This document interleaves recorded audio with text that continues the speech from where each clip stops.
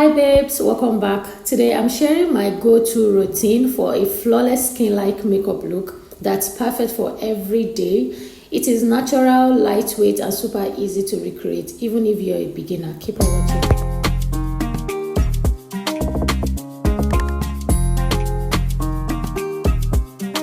I've done my skincare off camera. Your skincare prep is key to your makeup looking like your skin. So I'm going to go ahead and use a mattifying primer.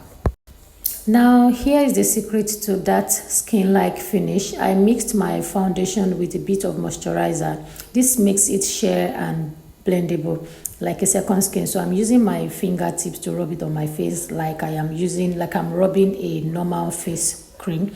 So that will help it to penetrate and give it that nice finished look.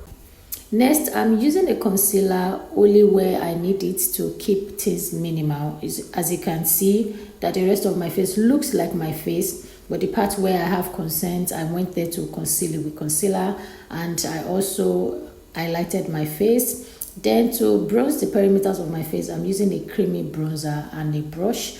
It is lightweight and it doesn't move, like it is waterproofed, but it is a cream bronzer. This just adds really nice warmth to the skin. Then I'll go ahead and apply cream blush.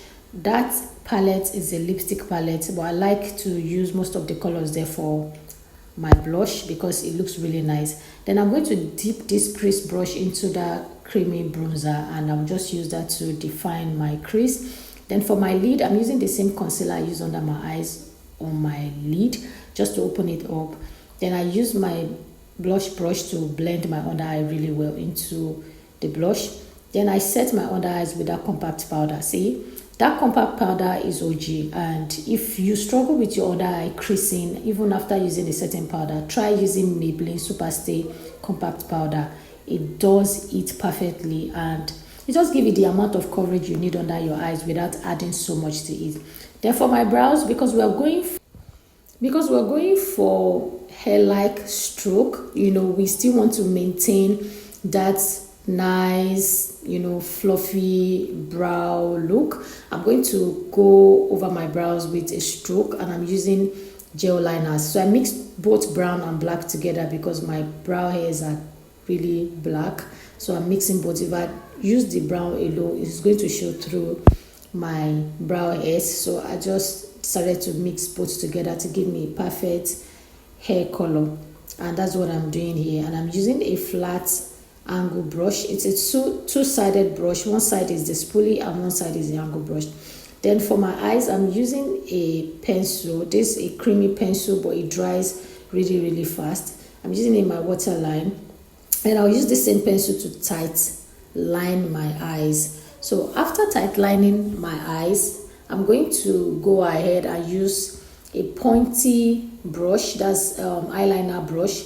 I will use that to carefully go to the outer part of my eyes and drag out the pencil before it dries, because this pencil dries really fast, but it's a creamy pencil, but when you leave it, it dries really fast because it is waterproofed. It doesn't smudge.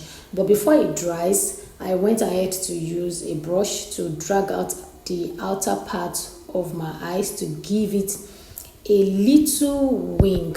So this is a perfect arc for those that struggle with like severe hooded eyes. So if you have severe hooded eyes, like your lid is not visible, please try out this technique. It works perfectly well because this is you trying to avoid the hood in your eye, and it just gives you that nice wing.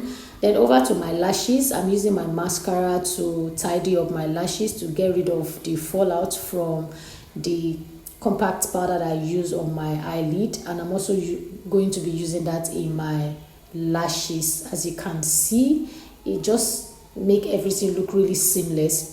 And I didn't even use any eyeshadow, so you can basically use your powder on your lid. You can basically use cream products to create a really nice, flawless and seamless eye look. So I will really coat my lower lashes with that mascara because I really want it to come out a lot. I am not going to be wearing false eyelashes, and you can see the difference between the side I used the mascara and the side I did not.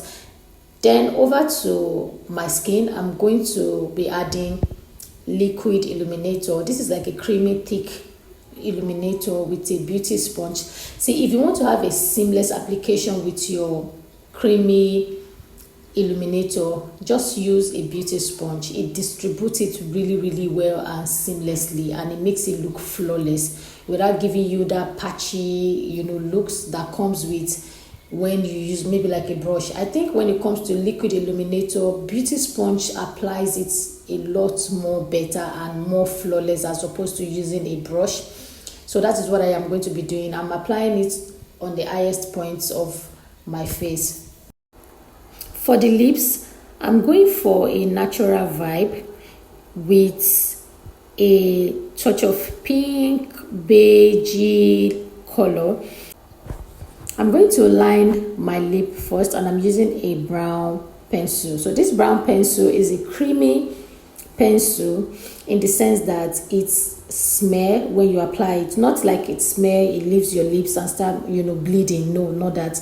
Like when you apply it, you can basically rub your lips, smack your lips together, and it blends well. So when it comes to my lips, I like to give the same attention and detail that I give to the other part of my face to my lips. So I don't rush my lips when doing it. So I like to line it really well, and I think you guys should also do that as well, because I think most beauty influencers, makeup artists, some makeup artists, we kind of not put so much effort into how we do our lips. We don't give the amount of detail we give to the part of our face to our lips. So I think we should always do that, just so everything looks nice and cohesive.